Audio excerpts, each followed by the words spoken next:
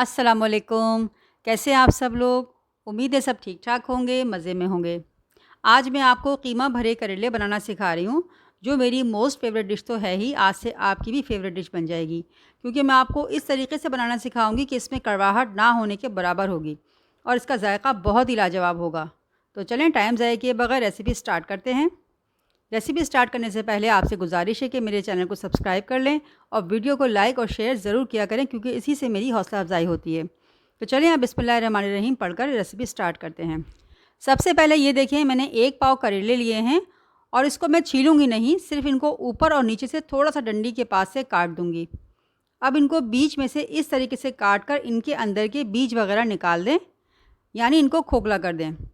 अब तकरीबन 1 टेबलस्पून नमक लेकर इन करेलों के अंदर और ऊपर हर जगह नमक छिड़क दें।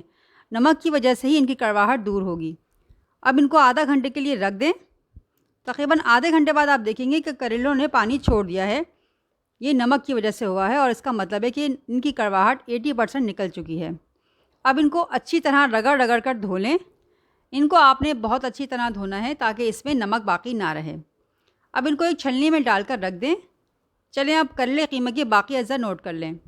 ये मैंने तकरीबन 400 ग्राम कीमा लिया है। ये बीफ का है, आप चाहें तो आप मटन का भी ले सकते हैं। इसमें 2 बड़े साइज़ की प्याज जाएगी। इसे मैंने बारीक स्लाइस में काट लिया है। करेलों के साथ ज़्यादा प्याज अच्छी लगती है। कलौंजी 1 टीस्पून, सौंफ 1 टीस्पून, इमली 2 से 3 दाने, 3 अदद दरमियाने साइज़ के टमाटर, 1 टेबलस्पून अदरक लहसुन पेस्ट, 1 टेबलस्पून पिसी लाल मिर्च, 1 तेज़पत्ता, आधा टीस्पून नमक। नमक हम कम डालेंगे क्योंकि हमने करेलों में नमक छिड़का था, तो वो काफ़ी नमकीन से हो जाते हैं, लिहाजा आप नमक कम डालें। नमक तो आप बाद में भी चख कर ऐड कर सकते हैं। आधा टीस्पून हल्दी पाउडर, 1 बड़ी इलायची, 1 स्टिक दालचीनी, 1 टीस्पून साबुत ज़ीरा, 2 लौंगें, 8 से 10 साबुत काली मिर्चें और आधा टेबलस्पून धनिया पाउडर। सबसे पहले एक पैन में आधा कप ऑयल डालें और इसमें प्याज डालकर फ्राई करें।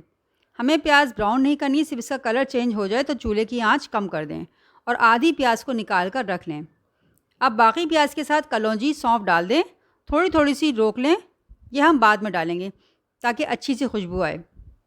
अब कलौंजी और सौंफ को हल्का सा फ्राई करें, फिर इसमें अदरक लहसुन पेस्ट शामिल कर दें। चंद सेकंड भूनकर इसमें कीमा शामिल कर दें। इसे अच्छी तरह चलाएं।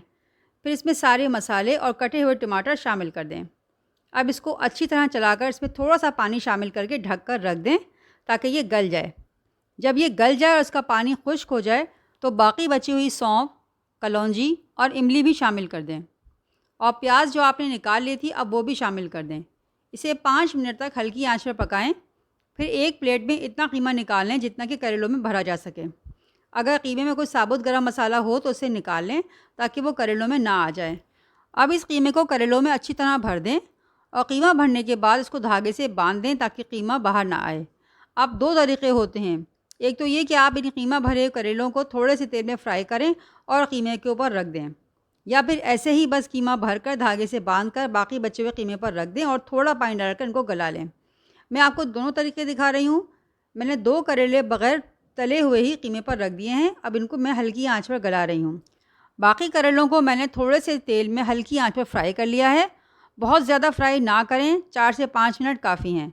हर साइड से फ्राई करने के बाद इनको कीमे पर रख कर 5 मिनट दम पर लगा दें, बिल्कुल हल्की आंच पर। इसमें मैंने 1 से 2 साबुत बड़ी हरी मिर्च भी डाल दी थी। इससे बड़े मज़े का जायका आता है। ये ऑप्शनल है, अगर आपको पसंद नहीं है तो आप ना डालें। 5 मिनट बाद आप चेक करें, करेले गल चुके होंगे। अब इनको किसी सर्विंग डिश में निकाल कर इस पर हरा धनिया छिड़क कर सर्व करें। चलिए इन करेले कीमा को जल्दी से ट्राई करें और मुझे बताएं कि कैसे बने। उम्मीद है कि बहुत अच्छे बनेंगे और इसका फ़ीडबैक मुझे ज़रूर दीजिएगा। जज़ाकल्लाह।